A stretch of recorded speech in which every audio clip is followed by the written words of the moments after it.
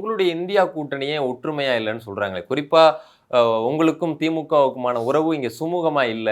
குறிப்பா இங்க இருக்கக்கூடிய திமுகவினர் நாங்க 20 இடங்கள்ல போட்டியிடுவோம்னு சொல்றதும், தன்னிச்சையா சில போராட்டங்களை முன்னெடுக்கிறதும், இந்த மாதிரியான வேலைகள்ல ஈடுபடுறாங்கன்னு கேள்விப்படுறோம். உங்களுக்கு எங்க கட்சியில மட்டும் எல்லா கட்சியிலையும் உண்டு. எங்க கூட்டணி மட்டும் இல்ல, அந்த கூட்டணியிலும் உண்டு. என்ன சொல்லிட்டு போறாரு பாரதிய ஜனதா கட்சியினுடைய பொறுப்பாளர்?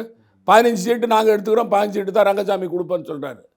அவங்க நின்னது 15, இவங்க 20 சொல்றாங்களே. இவங்க கேட்குறாங்க 20 கேட்குறாங்க. ஆனால் ஒன்று மட்டும் நான் தெளிவாக சொல்லியிருக்கிறேன்.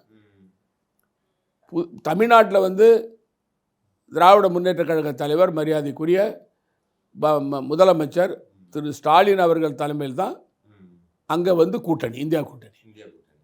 புதுச்சேரியில் காங்கிரஸ் கட்சி தலைமையில் கூட்டணி. திமுக வந்து காங்கிரஸ் தலைமையில் கூட்டணி. இதுதான் வந்து தொடர்ந்து நாங்கள் வந்து திமுக கூட கூட்டணியில் இருந்த போதும், அனைத்து இந்திய அண்ணா திராவிட முன்னேற்ற கூட்டத்தில் இருந்த போதும் இதுதான் தொடர்ந்து இருந்து வர்ற எங்களுடைய பாரம்பரியமான நடவடிக்கைகள்.